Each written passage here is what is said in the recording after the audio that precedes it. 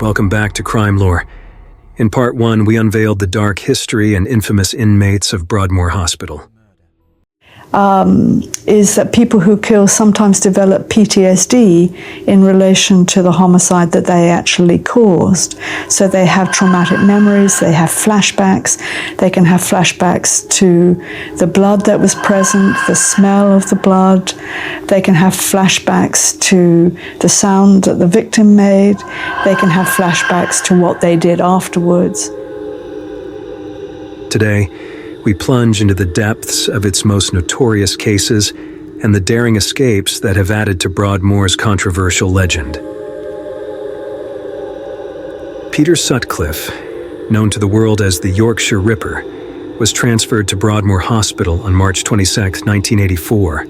Sutcliffe's reign of terror from 1975 to 1980 left 13 women dead and 7 others gravely injured. Sutcliffe's modus operandi was horrendous. Under the cover of darkness, he would approach his victims, the helpless, usually lone women, and bludgeon them with a hammer before using a knife to mutilate their bodies. The sad part of it was that Sutcliffe claimed to hear voices from God, directing him to kill prostitutes, which led to his defense of diminished responsibility due to schizophrenia.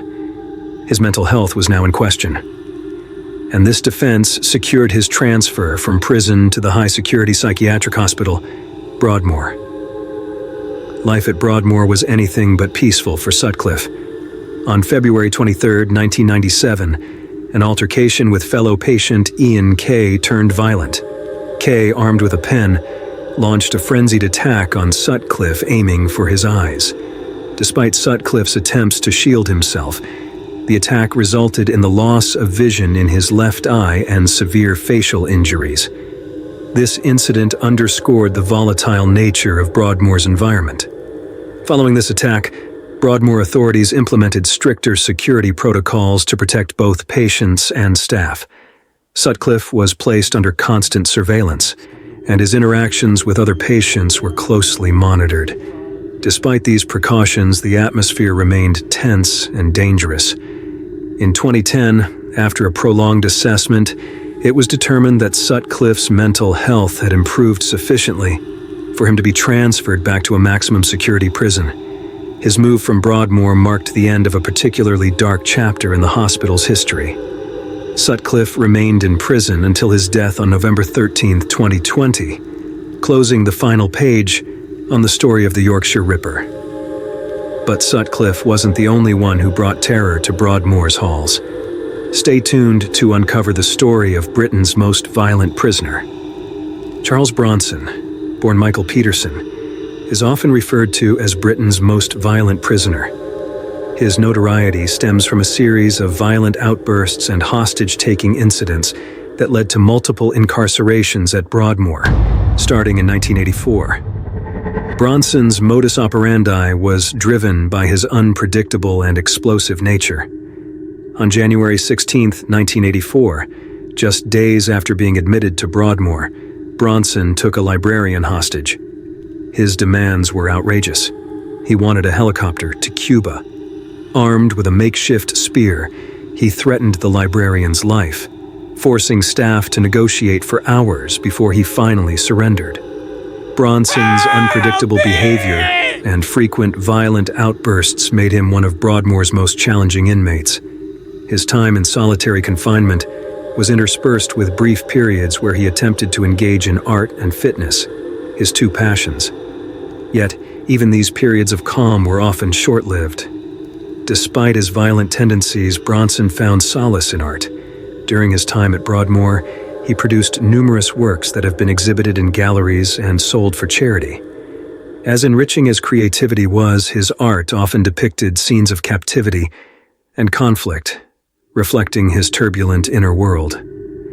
In one notorious incident in 1999, Bronson took another inmate hostage, this time in Hull Prison, and staged a rooftop protest.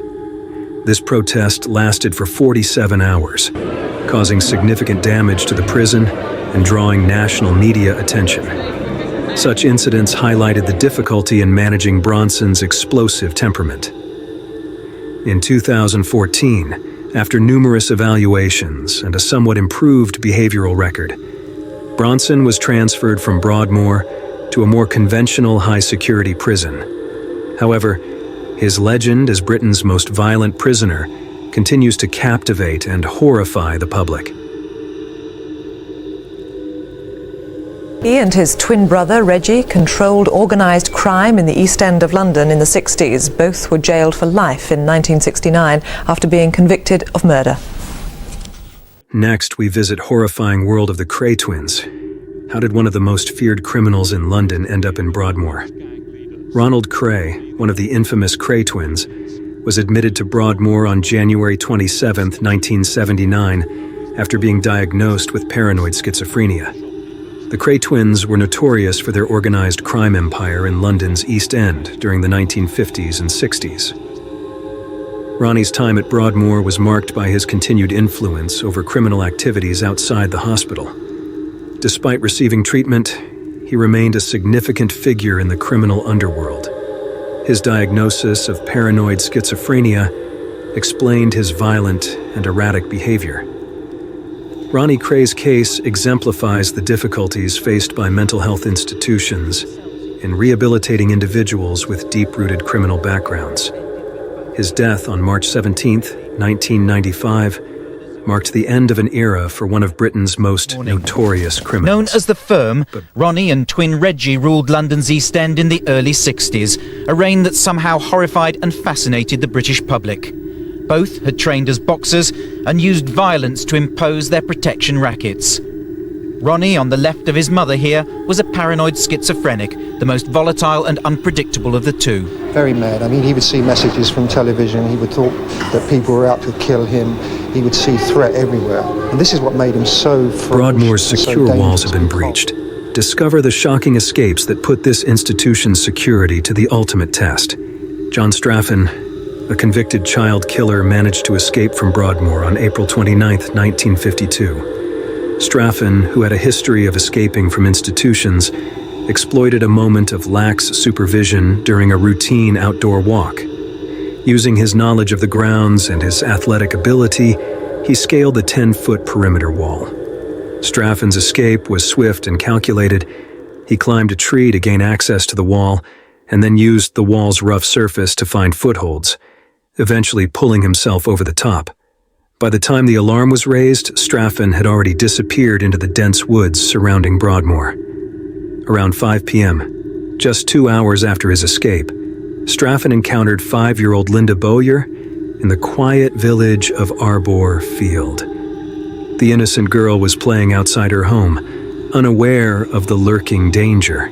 Straffen, reverting to his horrific modus operandi, strangled the young girl in a secluded area, repeating the same terrifying pattern of his previous crimes. The brutal murder sent shockwaves through the local community and the entire nation.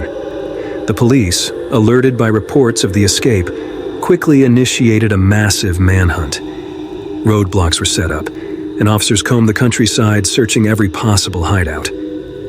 By 7 p.m., the police had received several sightings of a disheveled man wandering near Farley Hill. Acting on these reports, they intensified their search in the area. It was just before nightfall, around 8:30 p.m., when officers apprehended Straffen, who was found hiding in a barn, disoriented and trying to evade capture. Straffen's brief taste of freedom had ended in yet another tragedy. He was swiftly returned to Broadmoor under even stricter security measures. The murder of Linda Bowyer led to a public outcry and intense scrutiny of Broadmoor's security protocols.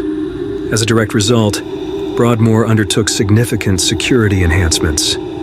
These included raising the perimeter walls to 20 feet, installing barbed wire, improving surveillance systems, and implementing stricter supervision protocols for all patient activities.